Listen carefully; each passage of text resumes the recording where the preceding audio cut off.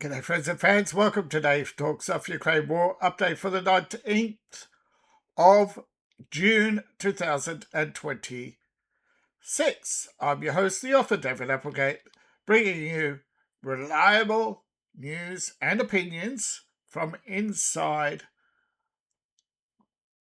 both sides, of this tragedy folding out before us, where Zelensky is Nero playing the violin and Putin is the angry man thumbing his fist at the world. The world does not want to acknowledge Nero's crimes, and they are increasingly worried that it is all going to backfire on them because suddenly the Russians are open to letting Ukraine join the EU. They said, "You're playing right into our plans." Whether this is psychological warfare or a huge warning, who knows? You have to find out. That's the problem, isn't it? All right, so we have Kiev hit again and was hit by the majority of drones, with Dnipro getting a ballistic missile strike and a few other areas getting a light touch. Now, we don't know about the rest of the strikes. There was a body swap. 522 dead Ukrainians were traded. Yeah, probably from some Russian prisoners. Yeah, who are winning? Why are POWs all dead? What POWs? They refuse to surrender. It's Zelensky's orders. You can just watch the news. Don't blame me. This is a Ukrainian site. And most of my sources are Ukrainian. Now, as we go around the map, we can see this is just more of the same on the north. Kupiansk renewed fighting. No real results. Lyman, not so much in the Lyman itself, but south of Lyman again. Russians advancing. All to plan. It's easier to say that when we don't know the plans ahead of time, isn't it? But all to plan, nevertheless. Now we can see the front is actually slowly moving. Every so often, it pushes out a little bit here and there, but it's not really going anywhere. A little bit of pushing out here, but nothing much. But they are closing the gap. And same here, closing the gap. But the pushing out is a bit more obvious. The advances are a bit more obvious. The Ukrainians, particularly, just had the Russians have cut the major road here, and they're almost they're on the river here. They've almost taken this key junction, and the other key junction, I think, is going to be this road here. Take that road here. That's all that line is now flanked. Oh, it's almost flanked. But holding the bridge won't be so easy when you've got Russian tanks halfway up your kazoo. And you don't want that, do you? T-80s do not lube well, you know? They go in raw. And what we have around the rest of the map is slow movement. It's very, you just got to see it over time, and you go, oh wait, there's a new spike. And there's like, where it mostly is along the edges. Okay, spikes here and there, but this is becoming a quiet front. Kherson is a very quiet front. Remember, they had lots of battles in 23 and 24 over river crossings.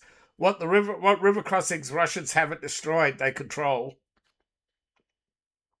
Ukrainians have not been able to control the Kherson riverbank for more than a day without having huge, and as one person put it, you're walking on bodies when you're crossing parts of the delta. You just, both sides, you can't tell anymore. It's just bodies. You don't look down. Here we have a little bit of progress.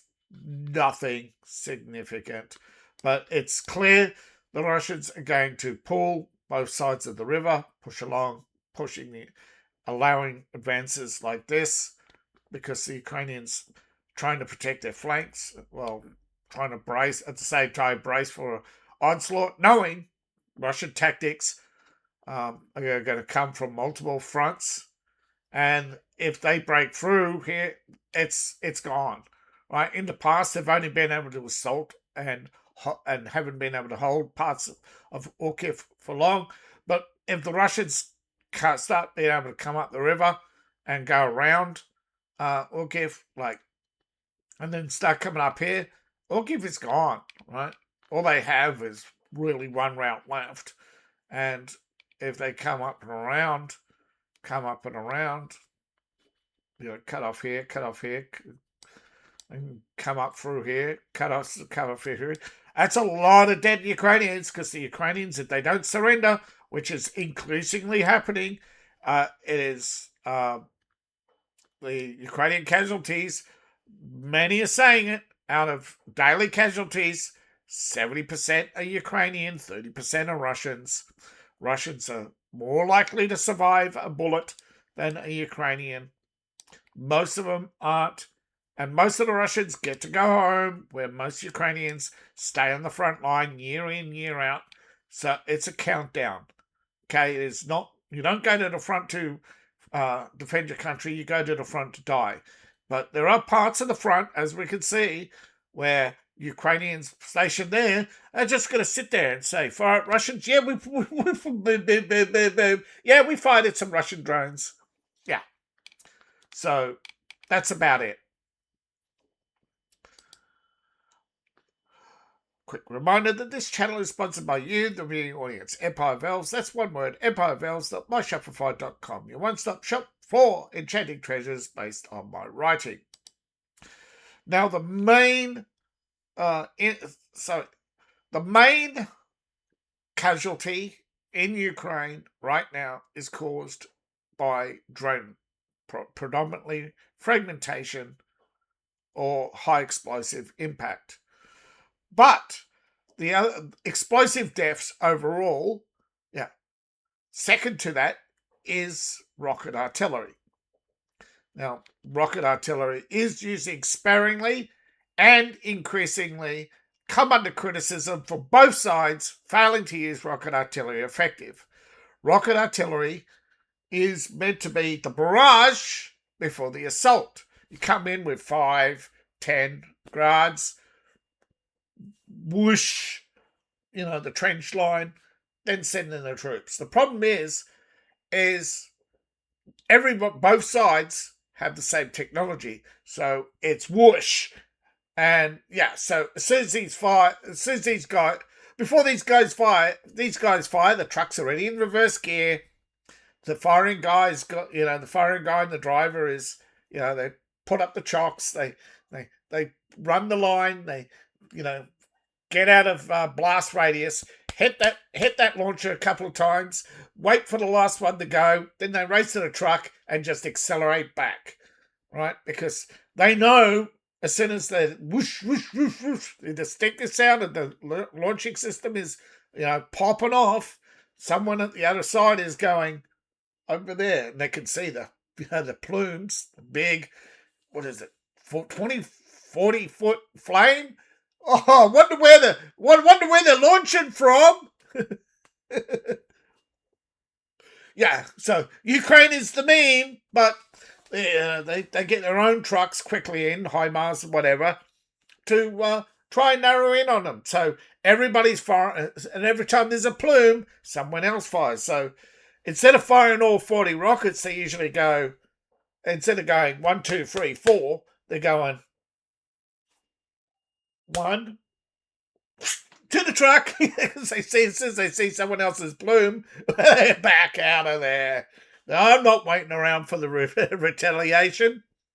So there's a lot of criticism of both sides in that they're not efficiently using their rocket systems. But how can you, when in 20 seconds you're going to be plotted spot. You're not even going to be, right? You don't have 20 seconds even, right? They are tracking you from the edge of the forest to your firing points. They're watching all the firing points. They're watching for your plumes, because these things, the trucks, as soon as they fire, confirmation of firing point, they got multiple eyes on everything. And like I said, Ukraine is doing something like, just in Taiwan, the relay link, 25,000 transactions per second, So like they're processing so much data. So as soon as a grad goes off, there's no way in the world, right? Because imagine, this truck's going to be spotted.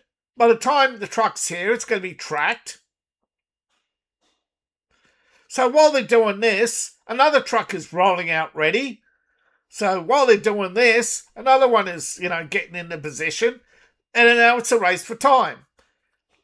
Each side is loading. Each side is checking, getting their firing coordinates. There it goes. Most of the time, they're not in the truck when they press that button. This is training exercise. They're not firing live dump warheads. But that's what's supposed to happen, right? 40 rockets each, 5 to 10 trucks, hammering the other side endlessly. But according to Defense News, the new, what's it called?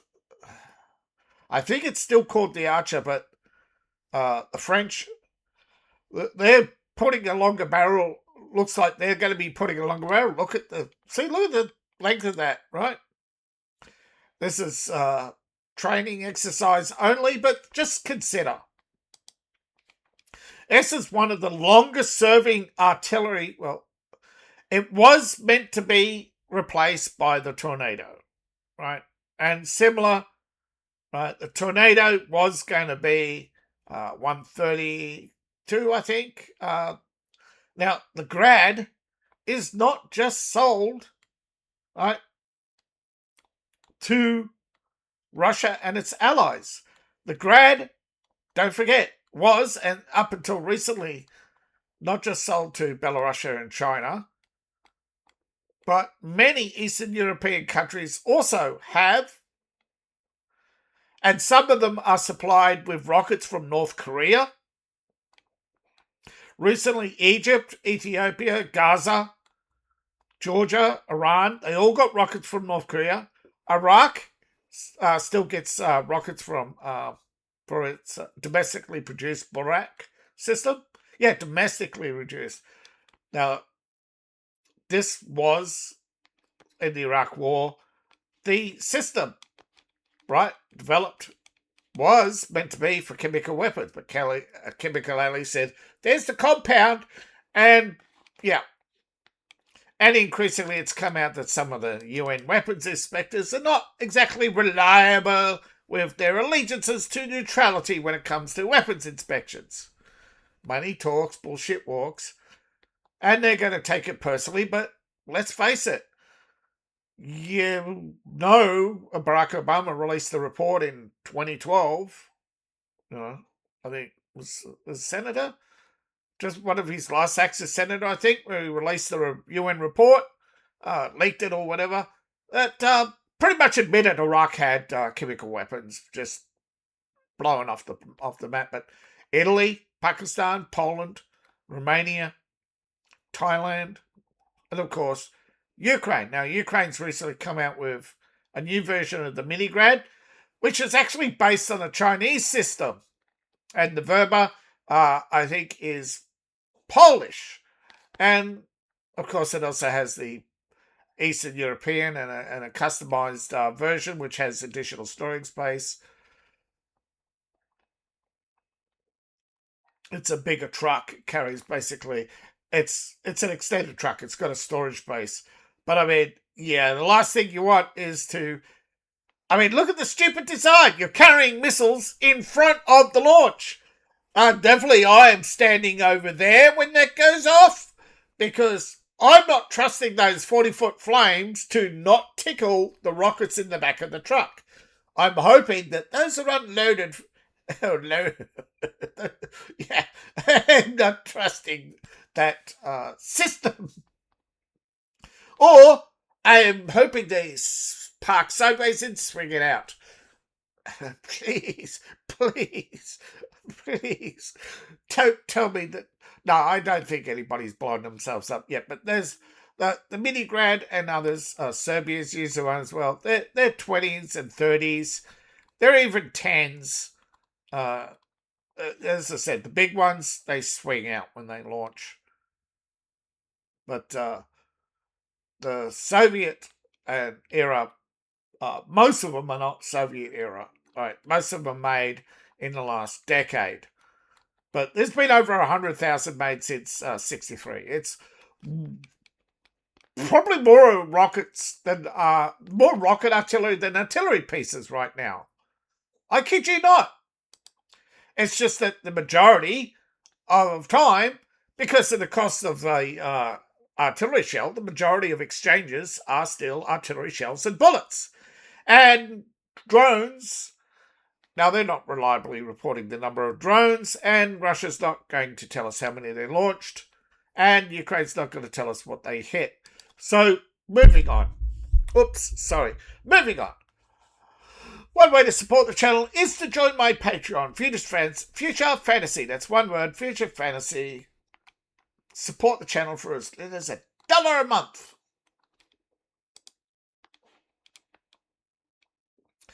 Russian troops have claimed Rai-Aleksandrovka now in the last 24 hours, and claim to various armies have put in their claims of various casualties and equipment, and Ukraine has just puts out its numbers as well. And if anybody believes any of these numbers, I got beachfront property in Nevada for you. But moving on, it's acceptable that we're never going to get the truth on casualties, but we can see from leaks, particularly in Russia, even some of the Putin detractors have admitted that the majority of Russians are coming home alive, even the wounded, but they are, of course, not making any criticisms, but they are pointing out the fact that Ukraine is exaggerating its statistics. Now, this is a fire outside an area just near the oil refinery outside of Moscow. It actually been hit again. I think this is the third time in 5 days. But a residence was also hit near the oil refinery. And as you can see, it's actually some of the buildings on the site, not the actual oil pipes.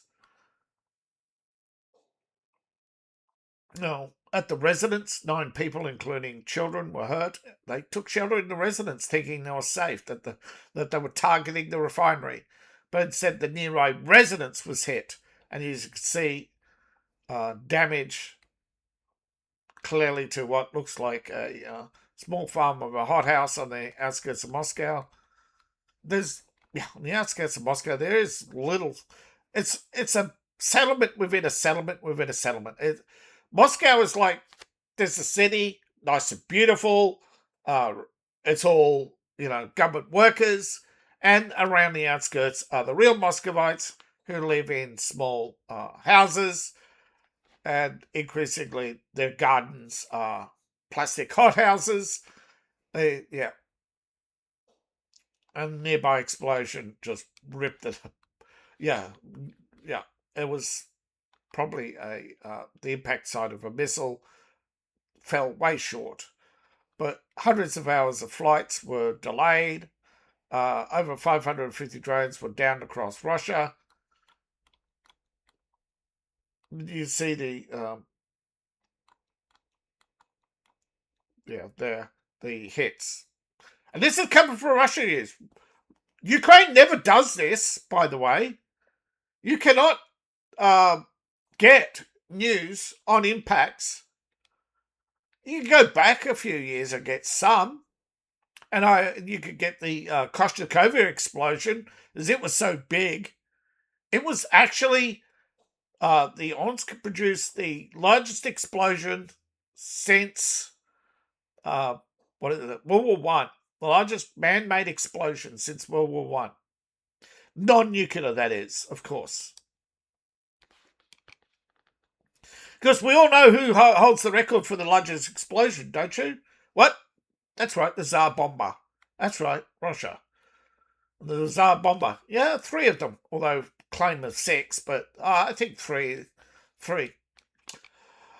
Ukraine has been accused of systematically targeting and killing nuclear power plant employees with drone attacks.